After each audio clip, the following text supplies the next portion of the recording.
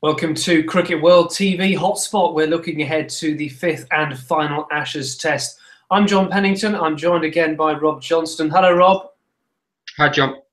And it seems a little while ago that we last spoke because the Trent Bridge Test match was over quite quickly. Just give us your sort of thoughts on an extraordinary game which was set up really by that wonderful spell on the first day by Stuart Broad. Yes, that's right. And I think you predicted correctly in our last hotspot that Broad would be the one to watch. And I think obviously that spell of his 8 wickets just completely finished the game really on the first morning. If Australia were to come back from that, that would have been probably the best test comeback of all time. So it really, where there were some doubts about maybe England missing Anderson, James Anderson in that test match, and some doubts whether the momentum swings that we'd seen in the series were going to happen again. Broad's performance sort of nullified that straight away, and then obviously the rest was quite a formality in the end. So a fantastic win for England and quite another crushing defeat for Australia, which before going into that game was probably not quite expected. No, I mean, I did sort of predict that Stuart Broad might have a good game. Even I didn't think he'd bowl that well and get that many wickets so quickly. But I did predict an Australia win, so it wasn't all plain sailing. So Australia, as you said, they were another crushing defeat. They then headed to Northampton, and things didn't really go too well there either, did it?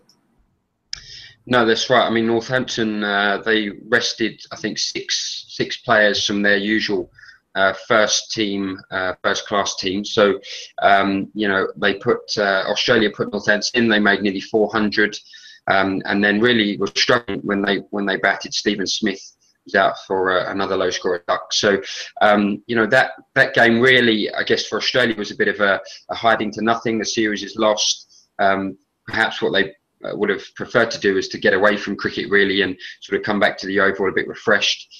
So it wasn't really a game I think they would have wanted, and I think their performance sort of displayed that fact and displayed really that the series is gone. They're disappointed about that, and really they're sort of just trudging to the end now.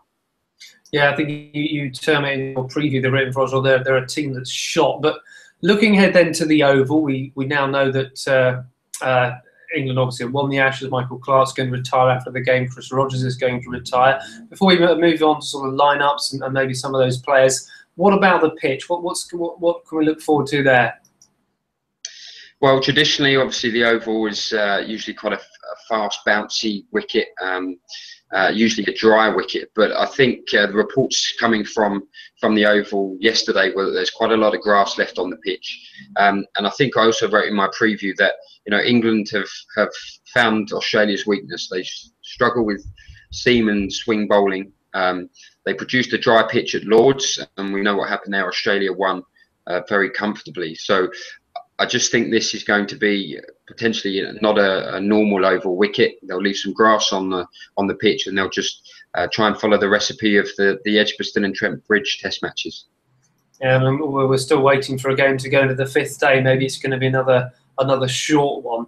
We now know that obviously James Anderson's not going to play in this test, so probably expecting England to line up unchanged. Do you go along with that? And what might Australia change to try and be a bit more competitive?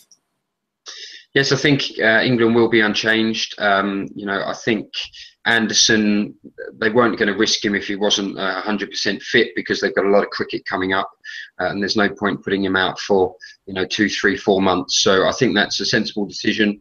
There has been mooted that perhaps thinking ahead to the next tour to the UAE that Adil Rashid is going to come in at some point, potentially with Moeen Ali opening the batting. But I don't think they're going to change that. I think they'll give Adam Lyth his test match. He's short of runs, so he does need some runs. In terms of Australia, I think Mitchell Marsh is almost certain to come back in. Darren Lehmann, after the Trent Bridge game, said that it was a mistake to leave him out there, and he's likely to replace his brother Sean, I guess. And also, obviously, Josh Hazlewood has been ruled out with a shin injury. So Pat Cummins is coming in, which is an interesting story. It's his second test match, made 4 years after his debut. So, Cummins is an exciting bowler, a really good prospect for Australia. He's got a lot of pace. He's very aggressive, so it'll be a good opportunity for him, and that might just be a bit of injection of youth and energy that the Australians need. Yeah, they badly need something, don't they, to try and put England under some pressure. This is, of course, then Michael Clarke's final Test match, Chris Rogers' final Test match as well. A word on those two, obviously sort of different sort of careers. Clarke came into the side very early on, very young, and has had a stellar career, led the side very well as well. Chris Rogers had to wait a long time for his chance, then was out of the team and came back in 37 now, I think he is, and really had a bit of an Indian summer to his career. Yes, that's right. And if you look at this series, it's contrasting fortunes between the two, really. I mean, Rogers is the second highest run scorer in the series, just behind Joe Root. So I think it was always his plan to retire at the end of this series. I think he's mentioned that, for quite a long time previously. So he's done exceptionally well to forge a Test career so late in his career, really, and he's had a very successful time. And he'll have some excellent memories of that maybe he thought might have passed him. For Clarke, obviously he's played over 100 Test matches for Australia. He's been a fine batsman for them, but I think I've read a lot of different opinions about Clarke this week. Some of his former teammates like Matthew Hayden and Andrew Simons have come out and sort of criticised him. He's had some support from the likes of Shane Warne, and I think that just sums up his legacy, really. There's a bit of positivity, there's a bit of negativity, which is obviously disappointing for him, but there can be no doubt he's been an absolutely fine player for Australia, and it's been in a way sad to see him struggle this series because he's just been a shadow of the player that he has been. Yeah, to go along with that, Rob, that's a pretty good analysis. So let's look ahead then to the Oval in terms of our predictions. So what about pick out a star performer or two? Who's going to be the highlight? Well, I think for Australia, I think Steve Smith's obviously been anointed as the next Test captain, and he's coming off the back of a couple of poor Test matches, really, and also a poor game at Northampton. So I think he'll be very keen to put in a performance, and I think he'll be motivated to. And I think the way the series has gone, England have managed to stop him scoring runs, and then have managed to stop Australia scoring runs. And if you look over the last 18 months, he has been the main producer of the big scores for Australia. So if Australia do well, I think Stephen Smith needs to score some runs in this game. England, I think, more or less everyone, maybe apart from Lyth, is in form. Broad again will lead the attack, and he'll be important if it's a grassy wicket. But again, I think Joe Root in the back, leading the runs in the series, and I think he'll be wanting to really dominate this. If you remember, actually, series he got for the 5th Test match, so there'll be no let up from him in terms of intensity, and I think he'll be the one to watch for England.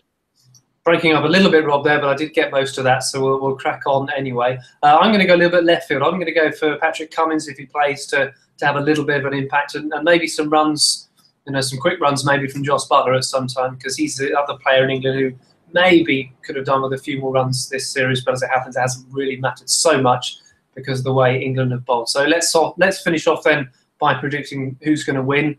I'm going to go first because we've already done our Mr. Predictor. Earlier in the week, I've gone with England to win this one and win the series 4-1. Rob, what about you? Yeah, I go along with that. As we've mentioned, I think Australia are done really in this series, and the only way I can see them getting back in is if it's a very, very good pitch and they can get a big first innings score. So I think if there's grass left on the wicket as we expect, England should win and should finish the series winning 4-1, which will be a tremendous result for them.